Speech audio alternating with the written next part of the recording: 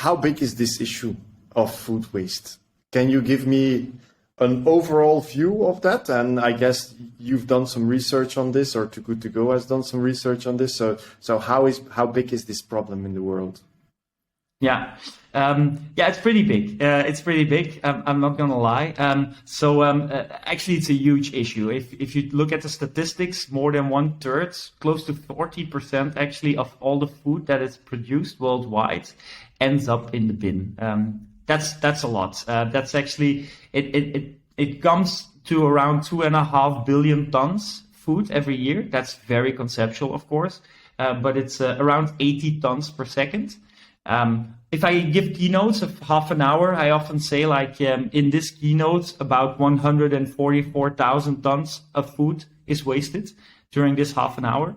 This is a number I know by heart because I tell it a lot, of course. But it's huge, and it has an impact, let's say, on 3 different levels. The most obvious one is economic. It costs a lot of money, that waste. And estimations and calculations with WWF and FAO says it's around 1 trillion euros every year. I think in this day and age, we can do a lot more with that kind of money instead of wasting it. Second is the social aspect, right? There's close to 900 million people every day going to bed with hunger. We actually waste more food than there's hunger in the world. So it's really almost an embarrassing problem, right?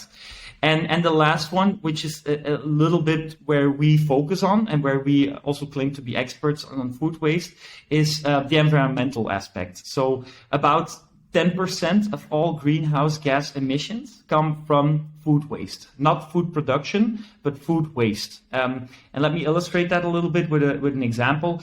If you buy a fish in the supermarket, or let's say in a restaurant, you make a reservation and you say we come with 5, and the menu is prepared by the restaurant owner, and you only come with 4. So 1 fish is actually prepared for nothing and ends up in the bin.